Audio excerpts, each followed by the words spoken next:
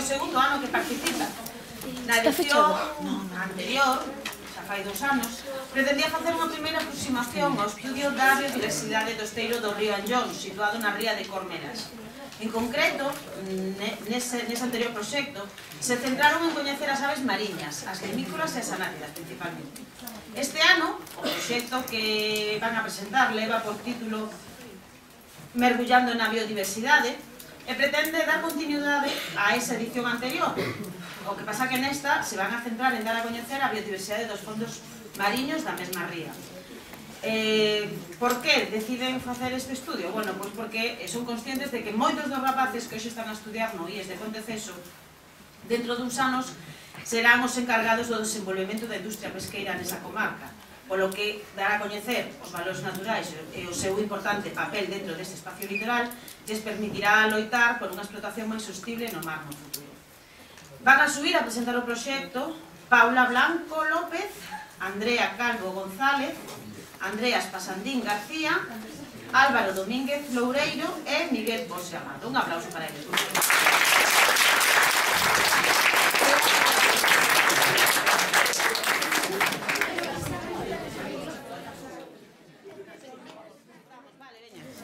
Hola, bons días, somos os alumnos de primeiro de ESO do IES Ponteceso. Eu son Paula. Eu son Miguel. Eu Álvaro. Eu Andrea. E vamos presentar o noso traballo, que se chama Mergullando na biodiversidade. Nós con este traballo queremos que saibades un pouco máis sobre as especies que podedes encontrar tanto no noso litoral como no noso acuario. Este traballo tamén o podedes encontrar na página web do IES Ponteceso. Pois, en primeiro lugar, contarvos os pasos que seguimos para elaborar este traballo. Pois partimos de que hai anos temos un acuario no Laboratorio de Ciencias do noso instituto. A partir deste acuario, seleccionamos especies que tiñamos nel, buscamos en libros a información que necesitábamos, os libros collemos da biblioteca, os que tiñamos na nosa casa, etc. Despois elaboramos unhas fichas en Google Docs que fomos completando coa información que sacábamos. Despois toda a información que metemos en Google Docs pasamos os ficheiros ás carpetas dos ordenadores do noso instituto. Pois para non aburrirnos tanto, fixemos roteiros polo litoral para buscar as especies sobre as que investigamos. Para acostumarnos a falar en público fixemos unhas charlas na Semana Cultural e hoxe pois presentamos o noso proxecto. Xa dixo o meu compañeiro que tíamos un acuario con especies do litoral, mide uns 2 metros de longo e 80 centímetros de alto. Incluso temos unha unidade didáctica, o libro que é este. Nela aparece toda a información para o mantenimento do acuario, para que os peixes síntense como na casa. O primeiro que fixemos foi decidir as especies sobre as que íamos falar, logo repartímolas por grupos e buscamos información na rede e na biblioteca. Como mostra, aí tendes a página da Asturnatura, que nos proporcionou moita información e un dos moitos libros que empregamos. O seguinte paso foi abrir unha dirección de correo en Google Docs. Aí formamos unhas fichas e ca información que buscamos, esas fichas fomoslas enchendo. Logo, unha vez completadas, as colgamos na rede en Flash. Tamén para aprender e formarnos un pouco máis fixemos roteiros polo litoral. Esta foto encontrase en Miñóns, collemos a marea máis baixa do ano, polo que tivemos moita sorte e encontramos moitas especies. E tivemos varias horas subindo e baixando polas rochas, polo que tuve un percance e casi me mato.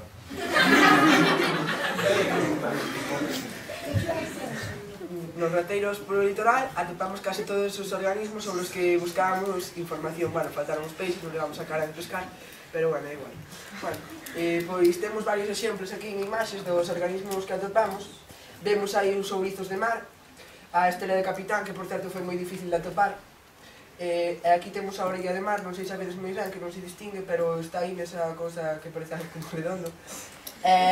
Un nudibranquio precioso, vémoslo aquí a imaxe de arriba, é o mismo que a de abaixo, pero o de abaixo está estirado e tranquilo, o de arriba non.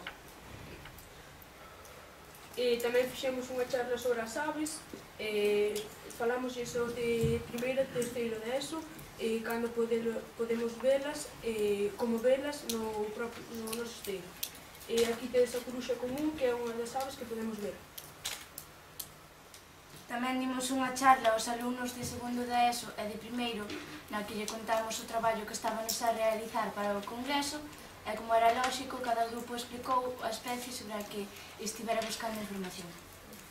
Bueno, na última parte da charla, o meu compañeiro Álvaro puxo o traxe de mergullar e ensinounos como se podía mergullar sin necesidade de pescar. A partir de agora, imos enseñarvos o noso traballo. Esta é a página web ius.ceso, é moi fácil de atopar en Google, e como podedes ver, na columna da dereita, en terceiro lugar, non se ve moi ben, pero pon ciencias da natureza. Clicades aí e logo en acuario. En acuario vai vos aparecer varias especies que temos no noso acuario, que vos vou explicar agora. Esta é a página que vos aparecerá se clicades onde dixo a compañeira.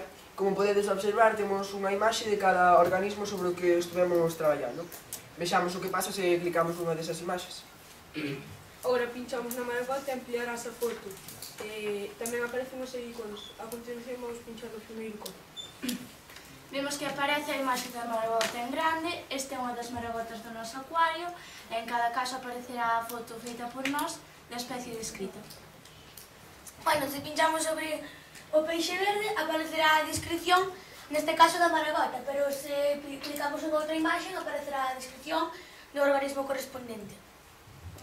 No seguinte icono aparece a taxonomía, tamén chamada clasificación. Como podedes ver, aparece o reino, tipo, clase e, por último, aparece o nome científico. É moi útil porque se mantén igual en todos os idiomas.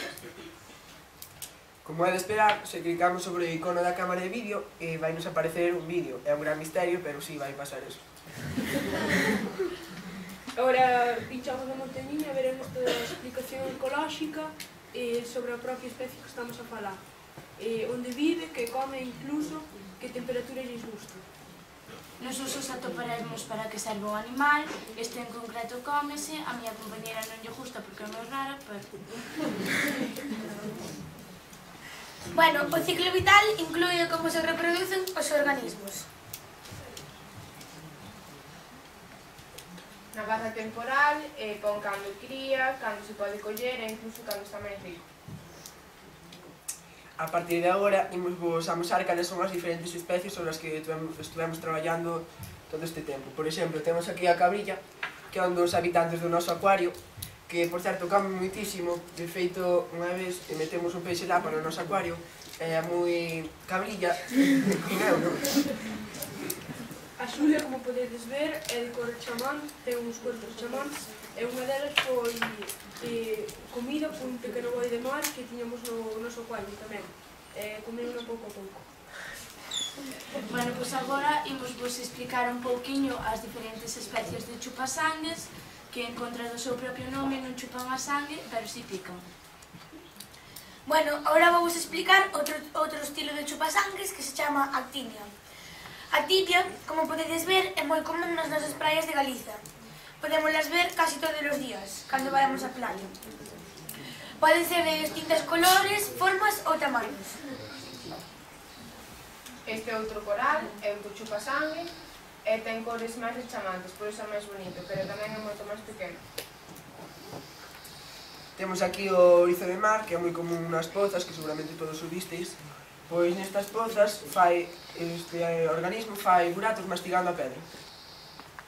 As ponxas son habitantes bastante frecuentes no litoral e ten unha gran variedade de cores. Este grupo é un dos máis sinxelos que pode haber. Pois agora vou vos falar un pouco do mexillón, que seguro que vos sona porque son unha das grandes riquezas de Galiza. De feito, somos o principal produtor mundial de mexillón para o noso consumo e poden vivir varias horas fora da auga. Bueno, agora imos vos falar do sargo, pero vou ceder a miña palabra ao meu compañeiro Álvaro, porque é o seu peixe favorito e encantalle pescalo e cociñalo. O sargo é un peixe bastante voraz, xa que ten unha aleta caudal bastante grande, por iso habita nas rompentas do mar e alimentase de mariscos, xa que os proporcionan. Ten bastante valor para os pescadores e tamén un gran valor gastronómico, porque ten unha gran forza de tirar, ou sea, unha gran forza para tirar. Este é a monodonta, tamén chamada mincha, é moi frecuente nas nosas praias, pódese comer, e unha vez que comes o corpo, coa súa cáscara, co seu caparazón, podes facer calquer tipo de xoia. A laminaria é unha alga parda, é moi fácil de ver en marea baixa, é a mítica alga na que vos quedades enredados cando ides á playa, pois é comestible, os xaponeses comen en case todas as comidas e incluso teñen máquinas que son capaces de recolectalas e prensalas para o consumo. A bifurcaria tamén é moi frecuente, vedes que é unha alga verde clara. E máis aquí en Galicia utilizámola para fertilizante das terras. Bueno, pois a codium é outra alga verde moi común nas nosas costas. Nós só escollimos 3 especies de algas, porque, aunque haxa moitas no litoral galego, son as que mellor sobreviven no acuario, pero se queredes investigar ou descubrir novas especies de algas, pois podedes ir un día dar un paseo polas rochas en marea baixa e encontraredes varias especies.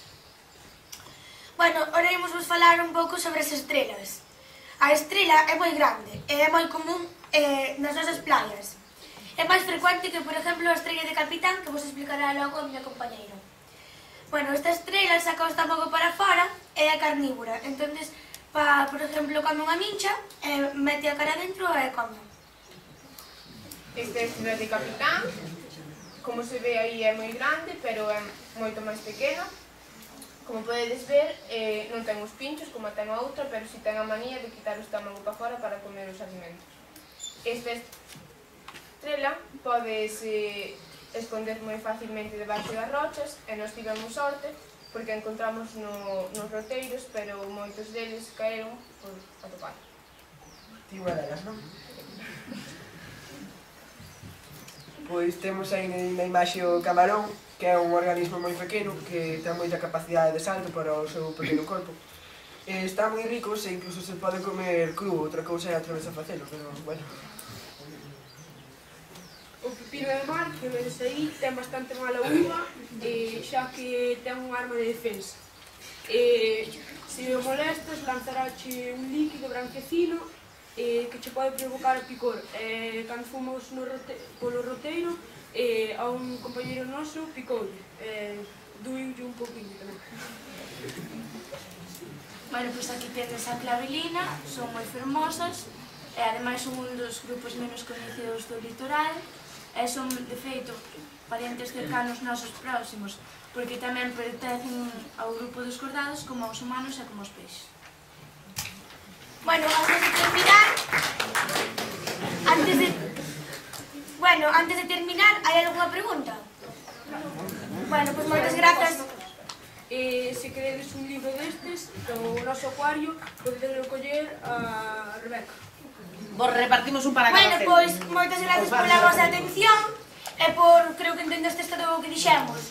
Se queredes entrar na nosa página web, acordadevos que é uies.ceso, e para entrar no noso acuario, clicades en Ciencias da Natureza, Acuario, e ali vos aparecerá todo o que nos dixemos.